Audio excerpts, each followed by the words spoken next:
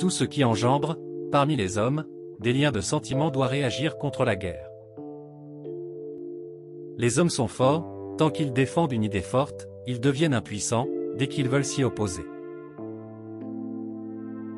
Si nous admettons comme un fait expérimental ne souffrant aucune exception que tout ce qui vit retourne à l'état inorganique, meurt pour des raisons internes, nous pouvons dire, la fin vers laquelle tend toute vie est la mort. Pensez au contraste attristant qui existe entre l'intelligence rayonnante d'un enfant bien portant et la faiblesse mentale d'un adulte moyen. L'inconscient et le psychique lui-même est son essentielle réalité. Dans les temps que nous pouvons nommer pré-scientifiques, les hommes n'étaient pas embarrassés pour expliquer le rêve. Nous ne sommes jamais aussi mal protégés contre la souffrance que lorsque nous aimons, jamais plus irrémédiablement malheureux que si nous avons perdu la personne aimée et son amour. Qui n'est mélancolique tête la tristesse en tout événement. Aux îles Salomon, l'homme une fois marié, ne doit plus voir sa belle-mère ni lui parler. Lorsqu'il la rencontre, il feint de ne pas la connaître et se met à courir aussi vite que possible, pour se cacher. La question du but de la vie humaine a été posée d'innombrables fois, elle n'a jamais encore reçu de réponse satisfaisante. Peut-être n'en comporte-t-elle aucune. Nous insistons toujours sur le caractère occasionnel de la mort, accident, maladie, infection, profonde vieillesse, révélant ainsi nettement notre tendance à dépouiller la mort de tout caractère de nécessité, à en faire un événement purement accidentel. On sait, en effet, qu'en plaisantant on peut tout dire, même la vérité. Rendre la vie supportable est le premier devoir du vivant. L'homme est rarement tout à fait bon ou mauvais, le plus souvent bon dans telle relation, mauvais dans telle autre ou bon dans telle circonstance et dans telle autre franchement mauvais.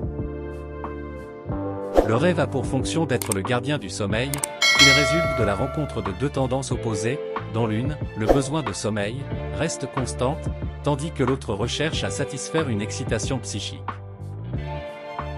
Tout métal a le pouvoir magique d'en attirer d'autres, le papier est emporté par le vent. Tu sais que je suis devenu superstitieux. La raison est terriblement austère et sombre, une petite superstition a quelque charme. Le moi n'est pas maître dans sa propre maison. Une tâche qui nous incombe fréquemment est l'interprétation de rêves, c'est-à-dire la traduction du contenu du rêve remémoré en son sens caché.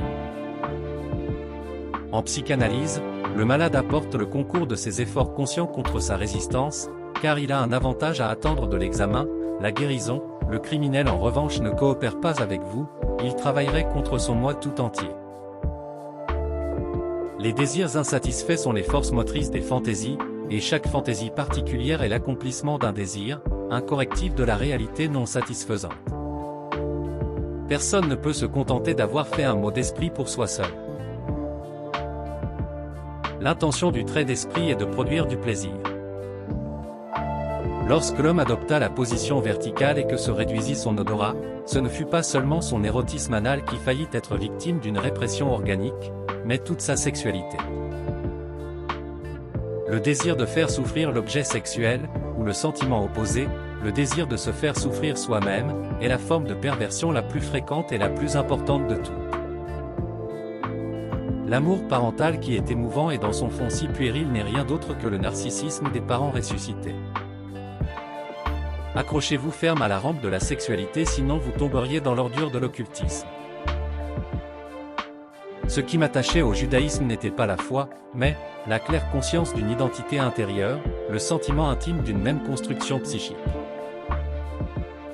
Mais, monsieur le juge, il est faux que j'ai emprunté cette théière à mon voisin, d'ailleurs elle était déjà trouée lorsqu'il me l'a prêtée, et, en fin de compte, elle était en parfait état lorsque je la lui ai rendue.